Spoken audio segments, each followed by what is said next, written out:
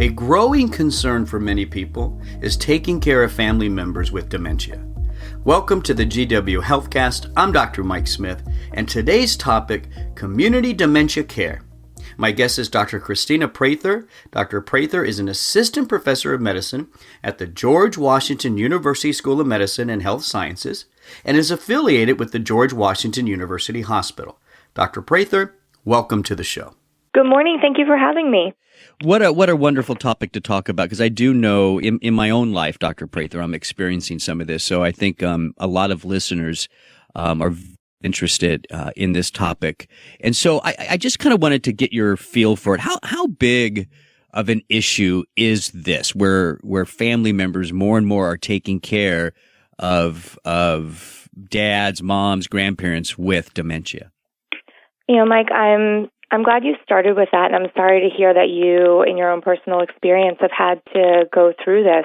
What I find is that anyone I talk to who turns to a friend or another family member is often beginning to have this conversation within their own family. And we know from data from the Alzheimer's Association that 1 in 3 seniors is likely to die of some form of dementia, and that in the U.S. now we have almost 6 million Americans living with dementia. The number of persons providing care far exceeds that, and most of our medical practices don't know how to support you or the person who is actually living with cognitive impairment. Right. It's a really big issue. Yeah. The issue of caregiver health, I think, is something that's not talked about enough. I think there's a couple books out there and stuff, but I think it's just as important as taking care of the patient with dementia. What do you think, in your experience, when a family is faced with this? What are some of the biggest challenges that you see them having to overcome? It's a good question. As a physician in our geriatric memory clinic at GW, one of the things that we really focus on is how the family unit is living with the cognitive disorder. So often as physicians and healthcare providers, we're focused on just, what are the day-to-day symptoms of any particular person, but we forget that so many caregivers are having to navigate new financial challenges, legal challenges, accessing bank accounts, taking over finances for their parents who may or may not have that organized. People may or may not have the advanced directives in place to allow them the ability to access documents that they need or make transactions on their loved one's behalf. We also know that a lot of caregivers are potentially still working, raising their own children. There's a really high risk of burnout and depression. And there's a huge cost to caregiving emotionally and financially. And you're right, there's a lot of great books and there's a lot of great websites, and I'm happy to provide some information at the end if people want to take some notes. Yeah, sure. And I think that would be wonderful. I want to talk about something that I think is a lot of people don't like to talk about, but yeah. I think it's critically important, right? Tell us how you feel about getting an advance directive. Right. And so when we think about advance directives in the legal term, most people are familiar with going to their lawyer and getting a document that says who they want to be their healthcare decision maker or the surrogate who would speak for them if they ever did not have the ability to speak for themselves. And it's a really transactional approach to having a really important conversation that needs to be a much more guided discussion with a person who might end up making decisions for you if you ever do not have the capacity to do that on your own. And so it's wonderful when people come in with an advance directive and a person who is dedicated to make decisions on their behalf. But what we really need to be doing is having conversations with everyone before you even have a diagnosis of dementia, thinking about the things that are most valuable to you and your quality of life. There's a really great website that recently came out. It's www.dementia-directive.org. It's an advanced care planning document that's meant to drive a conversation about how you would actually want to live with dementia, which is a really, really important thing because it's one of the few diseases that's a chronic disease people often live with for years, even decades, and they lose the ability to actually speak for themselves. So advanced care planning is a huge part of our practice. Yeah, no, so agree with you, but it's also, I think, it could be tough, right? It's because it's finally having to really realize, tough. yeah, you got to finally get the family together. You have to have a serious, talk, and no one wants, it's not fun. Yeah. No one wants to do that, but I agree. It's so important and can just help the process so much better and take away a lot of stress, right? I think at the end of the day. It's really important at the end of the day for us to be able to turn to a family member and say, we talked about this here together with your loved one when they could still tell us what was important. And we're here to help you implement the things that your loved one was able to tell you they wanted. It's very hard on families, but by having a very honest conversation that's often guided by your clinicians can, I think, really help alleviate some of the stress that comes in really difficult times for family members. And there's also some great online resources for helping have that conversation at home if your doctor's office isn't having it with you. Let's, I kind of want to split the conversation I'm having with you, Dr. Prather, right now. So, and I want to focus a little bit on what we can actually do for the family member that has dementia. But then I also want to talk just a little bit about some maybe tips for the caregiver and how to make sure that they're taking care of themselves, right? So let's start with the family member, with dementia. Obviously there's a pharmaceutical plan, a medical plan that's going on, but I'm really referring to at home and for that caregiver. What are some of the things we want to do for mom or dad or the grandparent that has dementia at home?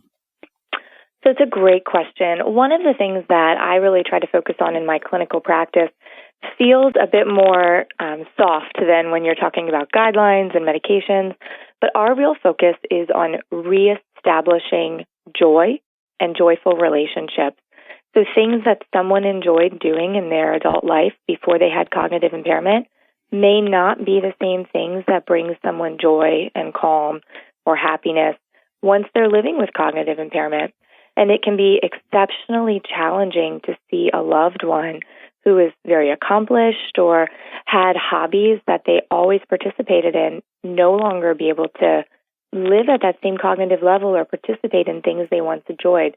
And so redefining the relationships of how you spend your time and what your expectations are for the person who's actually living with cognitive impairment are really important.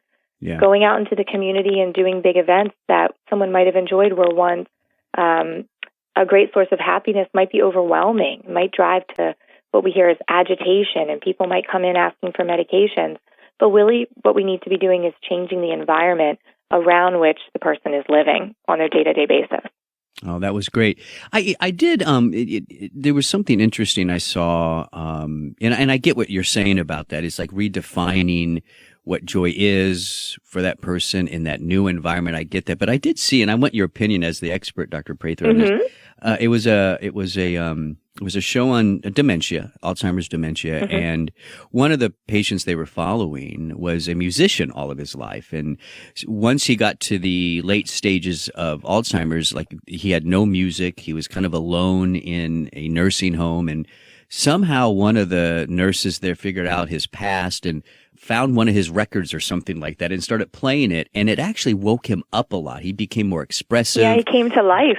Yeah, he did. What do you think about that? What do you think about trying to bring in maybe some of those things they did like that? Is that your experience that helps?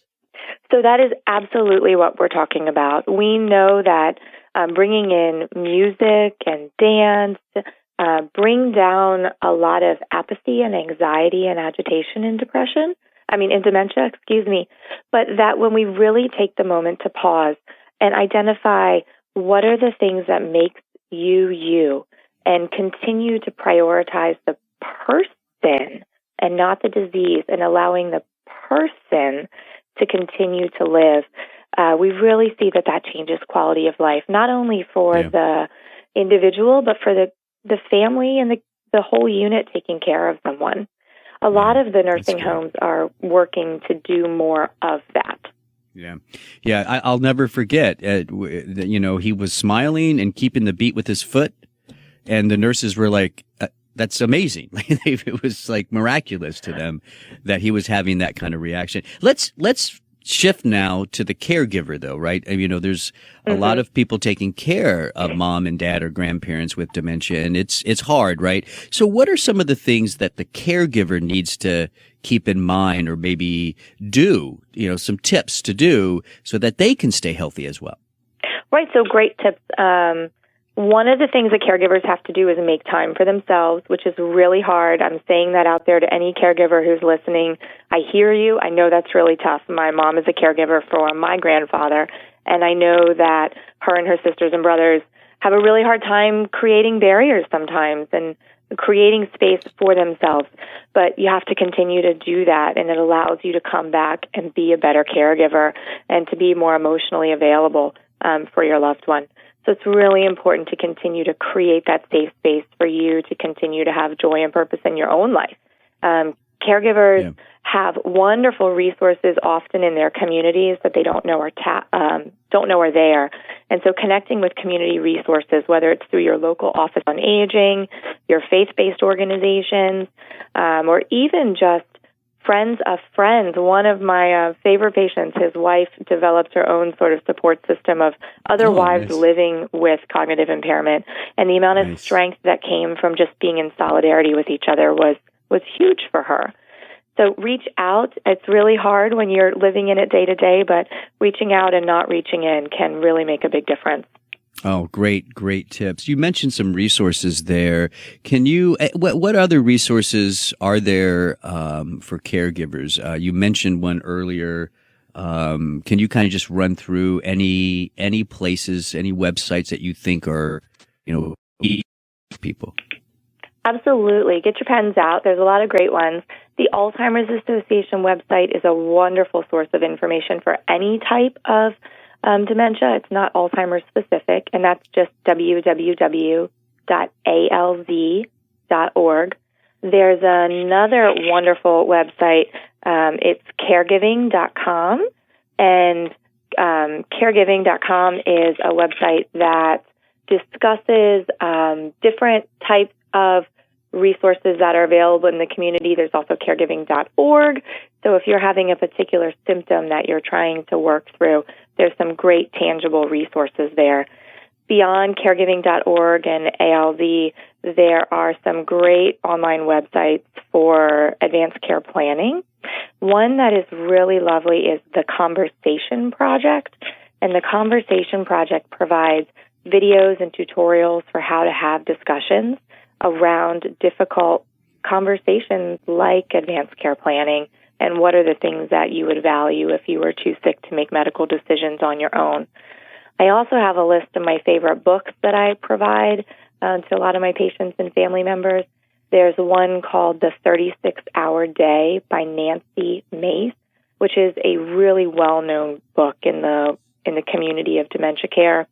And another one is called Creating Moments of Joy for the Person with Alzheimer's or Dementia by Jolene Brackley, and kind of gets to the theme of what I've been talking about, which is this is a condition that people live with for a long time, and it becomes an elephant in the room if we don't learn how to live with it and own it and continue to redefine how we're going to make life good with its presence. Yeah, Dr. Prather, I want to thank you for the work that you're doing at George Washington University Hospital, and also thank you for coming on the show today. You're listening to the GW Healthcast. Please visit gwdocs.com to get connected with Dr. Prather or another provider, or call 1-888-4GW-DOCS to schedule an in-person or virtual appointment. I'm Dr. Mike Smith. Thanks for listening.